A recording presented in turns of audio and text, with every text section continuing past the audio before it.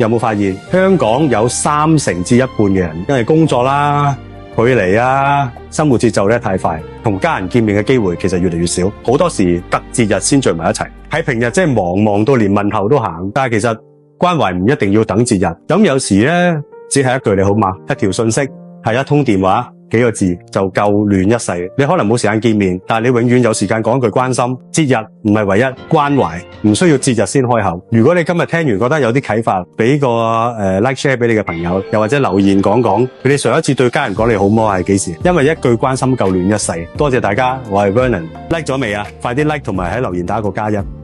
你哋嘅每一個支持都會推動我拍更多片。